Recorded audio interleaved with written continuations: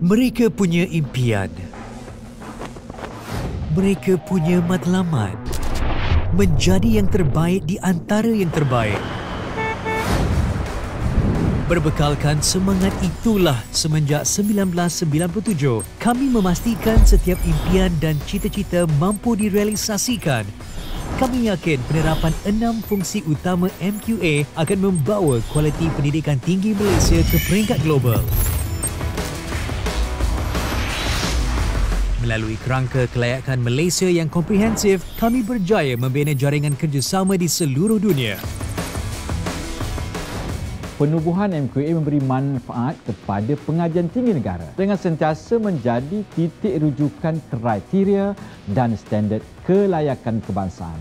Bekalkan dedikasi dan semangat berpasukan yang tinggi, jaminan kualiti dan akreditasi pendidikan tinggi negara telah berjaya menjadi mercu pada mereka yang mencari kualiti pendidikan yang terbaik. Impian anda, cita-cita anda, keutamaan kami. For me, the advantage of studying here in Malaysia and not my country is definitely the credits that I get to attain in Malaysia. It is comfortable for me to suit with the environment here, especially the country is a multicultural country. People over here are so nice. Definitely, I encourage international students to come here to Malaysia to study. The main thing is to build connections. For people with disabilities, these are the reasons that I continue my studies in Malaysia. Because of the credential that we receive from MQA, we are not just known locally but also globally. Demi cita-cita, demi masa hadapan, MQA menyediakan laluan pengajian fleksibel dan pengajian sepanjang hayat menerusi laluan APEL, pengakreditan pembelajaran berasaskan pengalaman terdahulu. Bagi tawaran pengajian kursus pendek atau micro-credentials, Malaysia berada di antara kedudukan yang tertinggi di dunia bagi lokasi paling dicari. Apa itu MQA? Akreditasi. More accepting, Significant As a body that governs the quality of a particular program. in making sure that the courses that we study in university is up to date. Cita-cita, ia lebih daripada suatu perkataan. MQA MQA guaranteed you a brighter future. Ia adalah semangat dan dedikasi untuk memperbaiki diri dan menjadi lebih baik untuk membentuk masa hadapan. Masa hadapan kita bersama. MQA, pendidikan tinggi berkualiti global.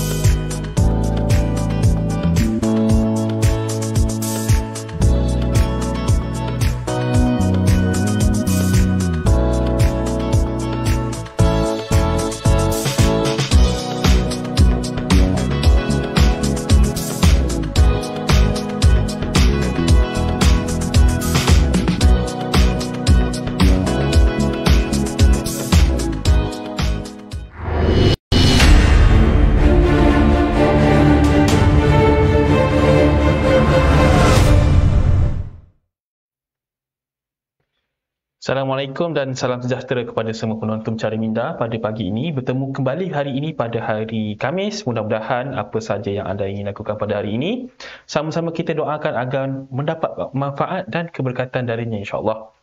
Jadinya hari ini kita dapat bincang topik yang menarik yang akan dibawakan kepada anda. Saya, Amir Hakim, bersiaran langsung di studio Agensi Kelayakan Malaysia. Untuk perbincangan kali ini, tajuk kita yang akan bincang adalah berkenaan dengan implikasi pematuhan akreditasi terhadap program. Ya. Bersama kita di studio MQA, Encik Muhammad Nazrul Ibrahim, Ketua Penolong Pengarah Kanan Bahagian Audit Institusi. Selamat pagi Encik Nazrul, apa khabar? Pagi, baik. Sihat, Alhamdulillah. Terima kasih atas kesudian Encik Nazrul bersama dengan kami pada pagi ini. Dan dalam sesi ini, jika para penonton yang ingin bertanyakan soalan kepada panel, tuan-tuan dan puan-puan boleh kongsikan kepada kami dengan mengajukan soalan di ruangan komen live chat. Kita akan cuba untuk membaca dan menjawab soalan yang dikemukakan dalam tempoh masa sesi Bicara Minda pada pagi ini. Jadi kita balik kepada tajuk kita, Encik Nazrul. Ya. Jadi boleh tak Encik Nazrul ceritakan tentang apa sebabnya kita kena faham ataupun tujuan pematuhan akreditasi ni dibuat. Okey, terima kasih Encik Amir. Untuk makluman tuan-tuan dan puan-puan, mana-mana program yang telah kita beri peraturan akreditasi hendaklah menjalani penilaian pematuhan sekurang-kurangnya sekali dalam tempoh 5 tahun. Okey, tujuan kita membuat pematuhan ni adalah kerana kita hendak mengekalkan peraturan akreditasi yang telah diberikan. Ini kerana peraturan akreditasi yang telah diberikan, dia adalah diberikan secara perpetua. Dia tak ada tempoh tamat dia. Kecuali berlaku isu-isu penurunan kualiti lah. Terutamanya dalam proses penilaian pematuhan yang dijalankan kelak. So, penilaian pematuhan ni, bila dia tiada tempoh sah laku dia perpetua maksudnya, dia tak ada tempoh tamat. Jadi, kalau tak ada pemantauan, kita takut akan berlaku penurunan kualiti. Dia ibarat mana di kawasan yang tiada pasukan polis yang membuat rondaan di satu kawasan, kita takut berlakunya unsur-unsur jenayah dan sebagainya. Itulah dengan program ni, kalau tidak ada pematuhan, kita takut berlaku penurunan kualiti. Jadi, bila ada pematuhan ni, kita harap kita dapat menjagalah kualiti, dan seterusnya meningkatkan kualiti program tersebut. Okey, baik Encik Nazrul. Jadi mungkin Encik Nazrul boleh kongsikan kepada penonton juga punca kuasa kepada pelaksanaan audit pematuhan. Okey. Untuk maklumat tuan-tuan, punca kuasa kita terletak kepada akta kita, Akta Agensi Kelayakan Malaysia, iaitu Akta 679. Di bawah Seksyen 80 dan Subseksyen 114-1 di bawah maksud audit institusi, iaitu nombor 3, agensi boleh menjalankan audit institusi bagi mana-mana maksud yang berikut, iaitu dalam kurungan G, untuk menjalankan penilaian pematuhan program atau kelayakan pemberi pendidikan tinggi yang telah memperolehi perakuan akreditasi. Okey, baik. Encik Nazrul, boleh tak kita tambah sikit lagi? Bagaimana pula dengan proses yang akan berlaku dalam audit pematuhan ni? Okey, terima kasih Encik Amir sekali lagi. Untuk proses yang penilaian pematuhan ni, sebelum pihak PPT mendapat jemputan makluman program mana menjalani pematuhan, di pihak MQA, kita akan mengenal pasti dahulu program-program yang telah diberi peraturan akreditasi untuk dipilih untuk menjalani pematuhan. Untuk makluman tuan-tuan puan, pada masa kini kita telah mengenal pasti program yang mendapat akreditasi bermula tahun 2014 hingga 2018. Yang mana kita akan kena pasti program-program ini untuk dijalani pematuhan. Selepas kita kena pasti nanti, kita akan buat surat makluman juga kepada pihak PPT yang terlibat untuk membuat proses status program. Sama ada program ini masih dijalankan, akreditasi dijalankan, atau program ini tidak aktif, atau tidak dijalankan lagi, atau nak jumut ataupun hendak dihenti penawarannya. So, kita akan kena pasti program yang aktif saja yang masih berjalan, kita akan teruskan untuk penilaian pematuhan. So, PPT yang dapat untuk membuat penilaian, status penilaian untuk program yang dapat akreditasi itu, dia akan dimaklumkan secara email dan perlu mengisi pada portal isemakkan yang akan dimaklum kelak. Seterusnya, apabila kita dah kenal pasti program itu secara kita dah mutamat, kita akan membuat surat jemputan lah kepada pihak PPT yang berkenaan yang terpilih untuk menjalani pematuhan. Buat masa sekarang ni, walaupun kita nyatakan tadi dalam peraturan, pematuhan tu nak jalankan dalam tempoh 5 tahun, tapi buat masa sekarang ni hanya yang dijemput oleh MQA saja yang perlu menjalani pematuhan. So yang akan datang tu kita akan buat pematuhan tu, surat jemputan tu. Dari segi jadual dia, kita akan tetapkan jadual dan penghantaran dia, tarikh penghantaran dia untuk menghantar cas dan juga template dokumen MQ04 kelak. Okey, untuk makluman, kita rancang untuk adakan perbincangan analisis program pada awal tahun depan dan juga mungkin dalam 2 bulan kemudiannya, dalam bulan 3 macam tu, kita akan keluarkan surat jemputan kepada PPT lah, mana program yang terpilih untuk menjalani pematuhan beserta dengan cas dia, tarikh penghantaran beserta dengan template dokumen yang akan kena hantar oleh PPT kelak. Dalam jadual tu kita akan nyatakan penghantaran dia, biasanya kita akan di sini nyatakan pada tahun 2025, bukan 2024. 2024 tu kita buat makluman. Biasa makluman kita beri dalam tempoh minimum 6 bulan ke atas lah untuk PPT bersedia dari segi menyediakan peruntukan pembayaran cas dan juga penyediaan dokumen lah. Ini kerana kalau kita hantar pada tahun depan dan juga PPT kena menghantar dokumen depan, kita bimbang pihak PPT tidak punya masa atau membuat peruntukan untuk bayar cas program kepada pihak MQA. So kita akan bagi tempoh 6 bulan, lebih kurang 6 bulan ke atas untuk PPT pada bulan atau tahun berikutnya untuk membuat bajet lah, membuat peruntukan untuk terutama membuat bayaran cas. Sebab kita tengok pada yang lepas-lepas tu PPT ada masalah untuk pembayaran cas kerana masa yang tak cukup oleh pihak PPT. So kita harap kali ini PPT punya masa yang cukup lah untuk menyediakan bajet kerana kita beri tahun berikutnya perpantaran dia pada 2025. Seterusnya berdasarkan tarikh penghantaran dan jadual tu PPT kena menghantar dokumen lah beserta cas dan juga dokumen. Dia mesti berdua, dia tidak boleh hanya dokumen saja tanpa cas. Dia mesti baru kita anggap lengkap dan kita akan terus penilaian. Seterusnya selepas terima dokumen dan cas, kita akan buat proses penilaian lah seperti biasa. Mana-mana proses namanya macam proses aksesi, kita akan buat proses pendaftaran, semakkan dokumen sama ada lengkap atau tidak lengkap, dan seterusnya kita akan buat mesyuarat desktop penilaian, menentukan program ini perlukan lawatan dan juga atau tidak lawatan, hanya dokumentasi saja. Seterusnya kita ada lawatan dan juga seterusnya kita akan bersediakan dokumen mesyuarat dan konsultasi lah untuk keputusan di MJA. Saja ya. Okey, baik. Kita dah terangkan kepada penonton berkenaan dengan prosesnya. Cumanya Cik Nazrul, bila kita sentuh soal apa-apa proses dalam QA ni, semestinya ianya melibatkan kos. Yeah. Jadinya bagaimana pula dengan kadar cas yang akan dikenakan? Silakan Cik Nazrul. Okey, kadar cas ni kita telah tetapkan dan kita telah letakkan, kita dah keluarkan perkeli bilangan 6 2018 bertarikh 12 November 2013 Dan perkeli ni kita letak dekat laman web kita, boleh diakses di situ. Dalam perkeli itu kita nyatakan untuk pembayaran cas bagi program tahap 3 hingga 5 kerangka kerajaan Malaysia berjumlah RM7,000. Manakala untuk tahap 6, 7 dan 8 kerangka kerajaan Malaysia berjumlah RM10,000. Yang ini untuk cas ni untuk bagi setiap program ya. Okey, baik Cik Nazrul. Okey, kita dah terangkan berkenaan dengan proses dan juga dengan cas. Dan boleh tak Cik Nazrul ceritakan kepada penonton berkenaan dengan proses pelaksanaan audit pematuhan ni dan tempoh masa dia? Okey. Silakan. Okey, terima kasih Cik Amir. Untuk makluman tuan-tuan dan puan, selepas kita dah keluarkan penjadualan dan kena pasti program tu, sebenarnya juga kita telah mengenal pastilah siapa yang kita akan lantik panel penilai dia, sebab program tu kita dah keluar awal dari segi jadual dan tarikh. So kita dah kena pasti dah siapa APP yang kita lantik.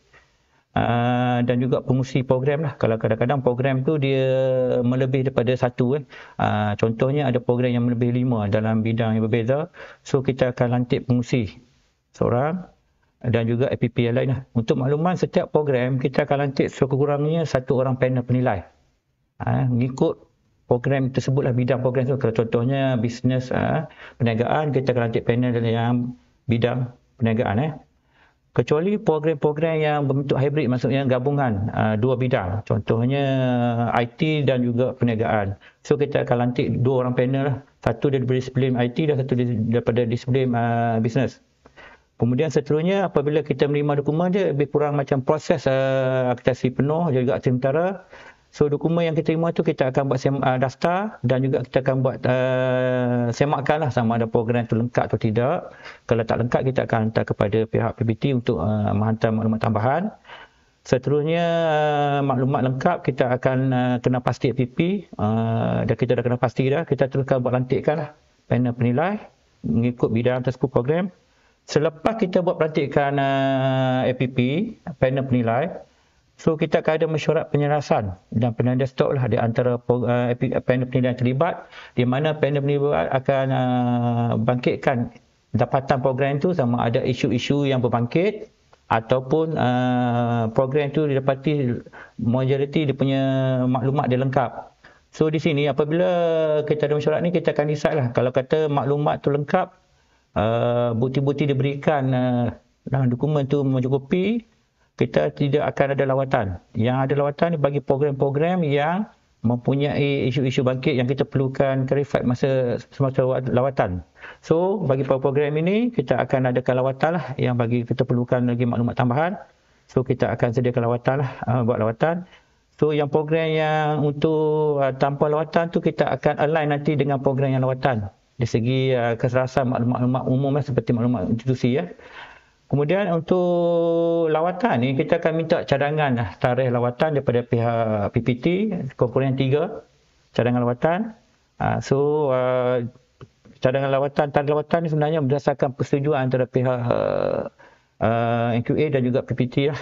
So apabila lawatan disetujui, lawatan biasanya kita akan buat biasanya 2 hari lah. Lawatan kita akan lakukan aktiviti dia. Dalam lawatan tu aktiviti dia kita tengok fokus kepada isu-isu yang berbangkit. Dia tidak akan melibat semua macam presentasi. So kita akan maklumkan apa perkara-perkara yang kita tengok, kecuali semasa lawatan kita perlukan untuk contohnya ada maklumat tambahan, tiba-tiba kita nak jumpa dengan staff akademik. So kita maklumkan untuk sesi temu janji dengan staff akademik. Jika tiada, dia akan fokus kepada dokumentasi saja. Tapi apa-apa pun maklumat ataupun persediaan tu aktiviti lawatan tu kita akan maklum lah bersama dengan surat lawatan. Selepas kita dah tamat lawatan, kita akan sediakan laporan akhir untuk dihantar kepada pihak PPT bagi tujuan maklum balas lah dibata. So pihak PPT mempunyai masa 14 hari lah untuk beri dibata maklum balas laporan tersebut. Apabila laporan kita terima, kita akan hantar semula lah untuk pengesahan daripada APP, panel penilai yang terlantik lah. Seterusnya kita yang last kali itu kita akan sediakan dokumen MGA untuk keputusan dia. Sama ada program tu dia akan keputusan kekal ataupun sebagainya. Okey, baik Encik Nazrul, panjang lebar tadi Jadi mungkin Encik Nazrul juga boleh kongsikan kepada penonton fokus area dalam penilaian pematuhan akreditasi program. Silakan. Ya, terima kasih. Okey. Untuk makluman tuan-tuan dan puan, mana-mana program kita yang kita buat penilaian ni untuk program peringkat akreditasi sementara, akreditasi penuh dan juga pematuhan ni sebenarnya kita berpandukan kepada dokumen jaminan kualiti kita lah. Sebelum mana kita nak bagi pemantasi ataupun pengekalan akreditasi, so penilaian kita berdasarkan kepada dokumen jaminan kualiti ni lah, iaitu satu MQL, Malaysian Qualification Framework. Kemudian kita ada kod amalan akreditasi program. Yang ketiga, kita pandu kepada standard dan juga standard program yang berkuat kuasa. Jadi mana-mana yang dah kuat kuasa tu, program dia kena dah patuh kepada standard program. Seterusnya kita ada garis panduan amalan baik lah, GGP. Dan seterusnya lain-lain lah. So dokumen-dokumen ni kita gunakan dalam proses penilaian kita. Untuk fokus bagi program pematuhan ni, kita kongsi sedikit di sini untuk makluman dan juga perhatian daripada pihak tuan-tuan dan puan-puan. Kita harap dapat mengambil perhatian. Terutamanya kita akan fokus kepada kerangka kelayakan Malaysia, MQF. Okey, biasanya dekat MQF ni saya rasa dah tak ada isu dari segi kadit beraduat. Kadit beraduat tu dia kena ikut seperti yang ikut tahap program. Kemudian dalam kerangka kelayakan ni yang paling utama adalah program-program ni dah dapat atasi, sudah ada pelajar yang bergraduat. So, pokok utama yang ditekankan di sini adalah pengukuran hasil pembelajaran. Jadi kena ambil perhatian sini sebab kita tengok daripada penilaian kita tu ada yang masih belum buat pengukuran. Terutamanya pengukuran sekarang ni untuk hasil pembelajaran dia hendak fokus kepada kerangka kelayakan Malaysia versi kedua, yang mana berkuat kuasa kepada pengambilan pelajar bermula April 2020. So dia kena ikut dah MQF 2.0 yang menekankan kepada 5 cluster dan juga 11 domain. Itu lepas tu sebab kita tengok dari segi ada lagi pihak PBT yang belum, dari segi ada isu pemetaan pun ada isu yang belum lagi pemetaan dia belum lagi stabil, ada lagi kena buat pembetulan dari segi tambah baik kepada pemetaan dia. Contohnya penyataan course learning outcome CLO masih belum lagi belum dapat dibuat pengukuran dan juga belum bersesuaian. Kemudian kita belum ada mekanisme dan juga pengukuran kepada course learning outcome dan juga program learning outcome. Belum dibuat pengukuran dan juga dia belum buat analisis pengukuran secara keseluruhan. So untuk perhatian untuk kerangka kami ni perlu diambil perhatian lah dan perlu dibuat lah untuk yang akan datang. Program yang kita dah kena pasti dari maklum tadi, program yang dapat atasi pada 2014 hingga 2018 tu diharap mengambil tindakan lah terhadap kerangka kelayakan Malaysia ni. Kemudian seterusnya kita kata pematuhan kepada standard ataupun standard program. Standard program ni mana yang berkuat kuasa. Contohnya kita ada standard program sains perubatan dan kesihatan edisi kedua. Kita ada standard program pengajian perniagaan edisi kedua. Yang mana itu dia kena patuh dah kepada standard-standard nyatakan. Kebanyakan dia kerja sama dengan kod amalan program edisi. Dia ada 7 area. Setiap 7 area tu dia dah nyatakan apa keperluan-keperluan dalam standard program tu yang nak patuhi. Contohnya untuk standard program sains perubatan dan kesihatan, nisbah antara staf akademik dan pelajar hendaklah nisbah dia 1:20. Jadi pihak PBT kena matuhilah pastikan nisbah staf akademik dan pelajar tidak melebihi 1:20. Bila berlaku tidak pematuhan tu dia akan jadi penurunan kualiti lah. Okey. Kemudian antara lain yang penting dia adalah dalam semakan semula program. Kebanyakan dia tak patuh tu sebab semakan semula program tu selain dia melibatkan penasihat akademik, penasihat industri dan juga alumni, dia juga kena align dengan standard program yang berkuat kuasa. Apabila kita pergi pematuhan kalau program tu dah buat kuasa standard program, dia akan ada penurunan kualiti di situlah. So kita harap sebenarnya standard program ni sebenarnya berkait dengan unit jaminan kualiti dalaman dia. Sebab dia berkait, saya tambah sini unit jaminan kualiti dalaman dia ataupun internal quality insurance dia, IQA dia kena main peranan. Sebab IQA ni merupakan saya rasa tiang lah dalam satu pihak PBT, terutama dalam proses jaminan kualiti. Kerana tanpa unit IQA ni untuk nak memastikan pematuhan kepada standard program, pematuhan kepada kerangka kelayakan Malaysia tu, dia akan kuat kat situ. Dia akan pastikan, terutama unit jaminan kualiti dalaman ni, dia harap dapat main peranan untuk memastikan proses penilaian dalaman, unit dalaman dilakukan. Saya harap kalau boleh, kalau pandangan saya sebaiknya IQA ni memain peranan seperti mana NQA membuat proses-proses jaminan kualiti, yang mana kita ada proses penilaian akreditasi sementara, akreditasi penuh. Bila kita, sebab dalam penilaian kita pun kena pastikan program patuh pada standard. Sama juga IQA tu, bila dia memberi peranan sama macam IQA, so isu standard kerangka Malaysia tu dapat dipatuhi, terutamanya dalam semakan semula dah align dengan standard program. Kemudian di segi nisbah pelajar, dia dah pastikan nisbah staf akademik dengan pelajar dia telah align dengan standard program. Begitu juga dengan kemudahan. Berdasarkan keperluan-keperluan standard program diperlukan, semua itu dapat dikekalkan. Dan juga proses dalaman tu memastikan seperti kalau tidak buat keseluruhan, dia boleh buat secara kecil, iaitu secara bertema. Fokus kepada, contohnya, tumpu kepada semakan semula program. Sama ada telah dibuat atau tidak. Okey, bagi program yang dah bergraduat ni. Okay, kalau dia dah pasti dah buat benda tu, dia dah telah dah rectify ada permasalahan, benda dah tindakan pencegahan dia buat. Apabila kita masuk MQA buat pemantauan, benda tu dah dia ambil tindakan. So isu-isu penurunan tu dah dapat dikawal oleh pihak PPT lebih awal. Seterusnya, fokus yang antara lain pihak PPT kena patuh ialah patuh kepada syarat kursus aktasi dahulu. Yang ni maksudnya ada program aktasi yang kita bagi perakuan dahulu, program aktasi, ada syarat-syarat aktasi dia yang dia kena patuh. Contohnya, melantik seorang staf akademik. So, masa kita pergi pematuhan, PPT dah kena menunjukkan bukti-bukti pematuhan pada syarat tersebut. Jika tidak patuh, dia akan menjadi juga keputusan sebaliknya lah. Sebab ini mandatory untuk dipatuhi.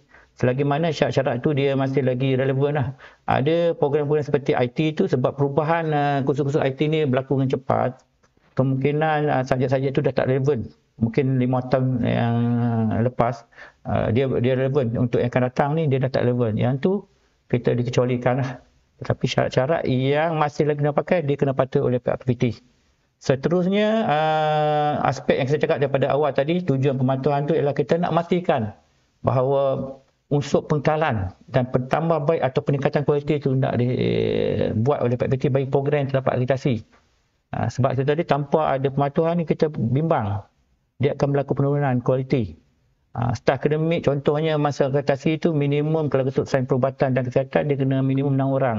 Dah sekarang kita tengok ada yang dah kurang. Jumlahnya kurang, ada seorang atau 2 orang staf akademik saja. Dia dah tak patuh kepada standard program. Ini sebuah staf akademik dengan pelajar tadi. Satu ni sebuah 20 tadi ya. So dia akan berlaku dah penurunan kualiti. Yang itu bimbang. Kalau tak ada pematuhan tu.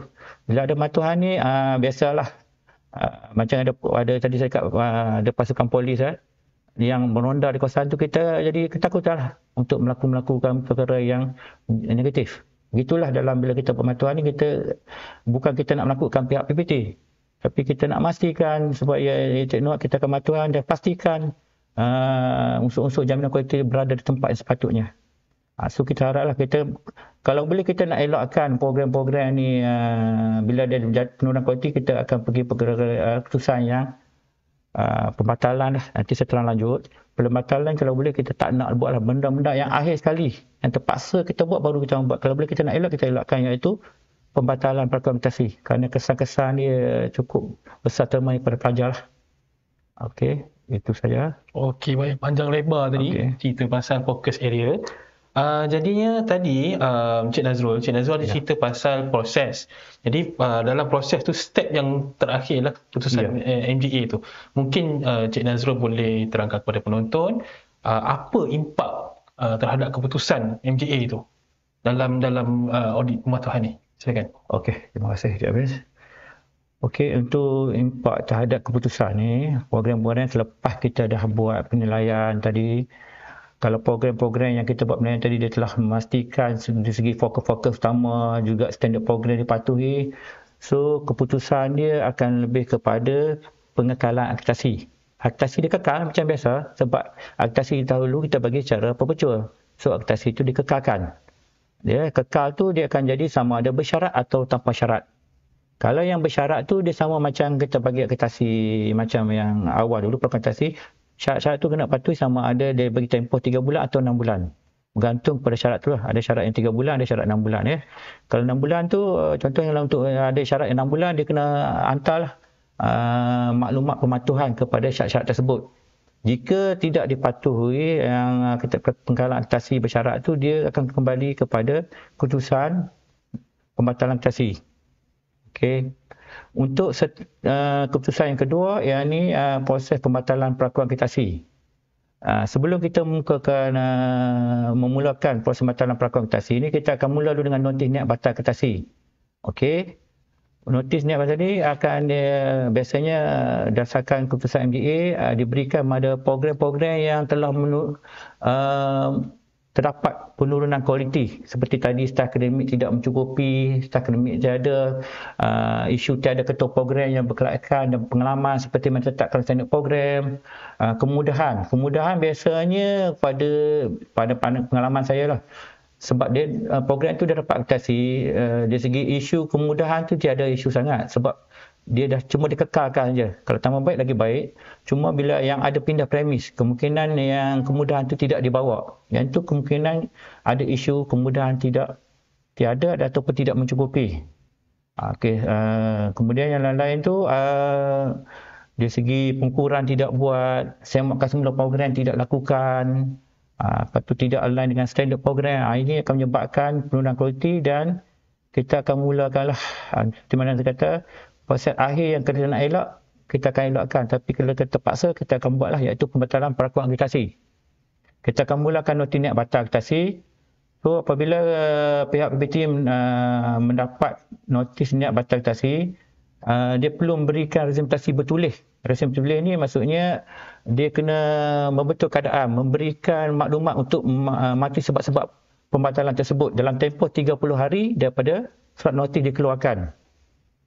So, selepas kita terima notis batal ni, representasi bertulis daripada pihak PPT dalam tempoh 30 hari itu, so kita akan bincang dan akan kita bawa balik semula kepada mesyuarat tentang lah. Sekiranya notis batal tu dia memenuhi atau mematuhi sebab-sebab pembatalan, so dia akan jadi kekal balik keputusan akreditasi tersebut tu. Kekal akreditasi ya. Sebaliknya, dia dapati akreditasi bertulis itu masih lagi tidak mematuhi sebab-sebab pembatalan, so dia akan mula dengan pembatalan akreditasi lah. Okey, pembatalan akreditasi ini untuk kita maklumkan, dia sama macam program yang mohon akreditasi yang ditolak. Kesan dia sama, iaitu dari segi nilai program yang mendapat akreditasi. Nilai dia seperti mana untuk memudahkan pelajar mendapatkan kemudahan PTPM ataupun yang tengah belajar tiba-tiba program itu dibatalkan, kemungkinan pinjaman PTPM itu akan ditarik balik.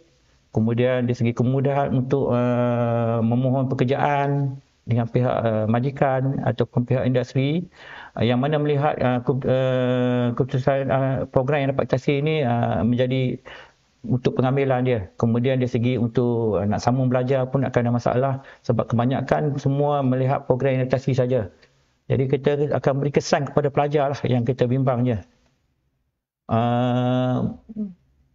Di mana selain itu dia ada isu perundangan, mungkin ada pihak pelajar yang akan buat isu saman kepada pihak PPT, kemudian isu email lah kepada pihak PPT itu dari segi program dia, kemungkinan akan penurunan pengambilan pelajar dia ya, kerana bagi program yang lain terutamanya.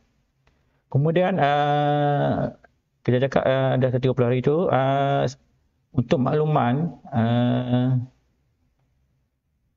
program-program yang kita dah batal akreditasi itu sebenarnya masih ada lagi peluang lah kepada pihak PPT, di mana selepas program itu dibatalkan, pihak PPT mempunyai rayuan, boleh buat rayuan dalam masa 30 hari daripada tarikh pembatalan kepada menteri ya. Ini berdasarkan pada akta kita, atau boleh memohon permohonan akreditasi baru selagi mana surat kelulusan program itu masih lagi dalam tempoh salaku ya. Ataupun boleh memohon secara kedua-dua serentak untuk program ini. Okey, itu saya. Okey, baik. Terima kasih kepada Encik Nazrul atas maklumat yang sangat bermanfaat tadi. Dan ini seperti yang dimaklumkan oleh panel kita pada hari ini, sekiranya para penonton ingin mendapatkan rujukan, boleh dapati di laman web rasmi MQA di bahagian penerbitan ya. Baiklah, sekarang ni kita buka ruangan kepada penonton sekiranya ada soalan-soalan yang ingin diajukan. Jadinya sekarang ni nampaknya tak ada soalan lah, alhamdulillah. Jadi bagi para penonton yang ingin mengajukan soalan yang berkaitan, anda boleh mengajukan soalan berkenaan di sistem pengurusan pertanyaan dan aduan SPPA yang boleh dilayari di laman web MQA. Bukan sahaja laman web MQA akan tertera SPPA, pegawai kami sedia membantu untuk menjawab segala persoalan. Dan untuk makluman, sidang penonton juga, MQA juga akan mengadakan International Conference 2023 bertemakan Curating Future Quality for Higher Education pada 7 dan 8 November bertempat di Kota Kinabalu, Sabah. Untuk maklumat lanjut, anda boleh layari www.mqaic2023.com untuk mengikuti perkembangan berkaitan dengan program. Jangan lupa juga untuk terus follow, like dan subscribe media sosial MQA di Facebook, YouTube channel, Instagram dan TikTok rasmi MQA bagi mendapatkan maklumat terkini berkaitan dengan MQA. Bagi tuan-tuan dan puan-puan yang ingin menonton siaran ulangan, boleh berbuat demikian di laman Facebook rasmi MQA dan channel YouTube kami. Jadi sebelum kita mengakhiri sesi kita pada pagi ini, mungkin Cik Nazrul boleh bagi sedikit pesanan ataupun kesimpulan daripada perbincangan kita sebentar tadi kepada penonton di luar sana. Terima kasih Cik Afan sekali lagi. Saya amat berharaplah pada sesi bicara minda ni dengan bicara-bicara yang kita ucapkan tadi diharapkan dapat memberi manfaat lah kepada semua pihak, terutamanya pihak PPT lah. Yang mana yang akan menjalani adik mata seperti mana yang saya cakap pada awal tadi, awal tadi yang mana kita akan buat pemilihan program untuk pemilihan matuhan seterusnya pada insyaAllah pada 2025 nanti. So diharapkan ambil maklumlah terutama yang kita kata tadi isu-isu yang kena fokus penilaian tersebut dari segi mana pematuhan kepada standard program, dari segi pematuhan pada kerangka kelayakan Malaysia, kemudian dari segi peningkatan kualiti dan yang akhir sekali bagi saya IQA lah, Internal Quality Assurance tu kena memain peranan penting sebab tanpa ni dia akan berlaku lah penurunan kualiti. InsyaAllah dengan IQA yang memain peranan dia sebetulnya dengan membuat memastikan keseimbangan semula program online dengan standard program, kemudian terusnya membuat audit dalaman seperti mana MQA membuat. Kita contohnya dalam matuhan dijemput kita akan buat, kita lantik panel, sama je konsep tu boleh diambil dan langkah-langkah tu dibuat awal. Dia tindakan dia buat dan memastikan ada perkara-perkara yang dapati ada yang perlukan pembetulan, pencegahan dah dia buat. Apabila MQA masuk nanti benda-benda tu telah dibuat tindakan. So dia takkan ada isu-isu penurunan kualiti di situ. Ini harapan kita lah. Mohon sekali kalau saya pun kalau kata IQA mana-mana pun dalam proses MQA memang diperlukan kalau boleh peranannya. Kalau kita tengok daripada yang untuk kita punya dalam proses jaminan kualiti kita di MQA ni, peringkat paling tinggi ialah penilaian ni satu akreditasi. Maksudnya satu akreditasi yang boleh mengakredit program dia sendiri. Jadi antara syarat dia ialah dia perlukan IQA dia yang gitu mantap lah kalau tengok untuk mendapat satu akreditasi. Terutamanya bagi yang full universiti lah. Okay. Kerana IQA ni yang akan menjalankan seperti mana IQA, dia akan kredit program dia, dia akan pasti program dari segi atasi sementara dia, atasi penuh tu dilaksanakan seperti mana kita buat penilaian dia. Jadi tanpa IQA tu kita bimbang lah aspek-aspek jaminan kualiti tu akan berlaku penurunan. So seperti sebenarnya saya kata kalau boleh kita dapatkan tingkatkan program dan juga kita dapat elakkan lah keputusan-keputusan yang tidak berapa baik untuk kita, iaitu batal akreditasi, yang mana kalau boleh perkara yang akhir sekali kita nak elakkan lah. Dan kita harap lebih kurang maklumat ni macam juga kita macam mencegah penyakit lah sebelum kita merawat dia. Diharapkan akhir sekali dengan maklumat inilah ataupun ilmu-ilmu yang dapat kita kongsi ni dapat membantu kita lah dalam mencegah daripada merawat ni. Dari konsep ni lah kita nak mencegah daripada keputusan yang negatif lah untuk pematuhan ni. Itu saja. Terima kasih. Okey, baik. Alhamdulillah kita telah sampai ke penghujung rancangan. Saya pasti dengan perkongsian maklumat ini dapat memberi pencerahan kepada penonton mengenai kepentingan pematuhan ataupun audit pematuhan akreditasi program ni. Saya juga ingin ambil kesempatan mengucapkan ribuan terima kasih kepada semua penonton FB Live yang begitu fokus dan setia. Terutamanya juga kepada panel kita, Cik Nazrul. Terima kasih Cik Nazrul bersama kami. Bagi pihak kru penerbitan, ribuan terima kasih juga kepada semua yang terlibat. Dan terima kasih kepada semua kerana menonton Mencari Minda. Saya Amir Syakim. Assalamualaikum dan salam hormat.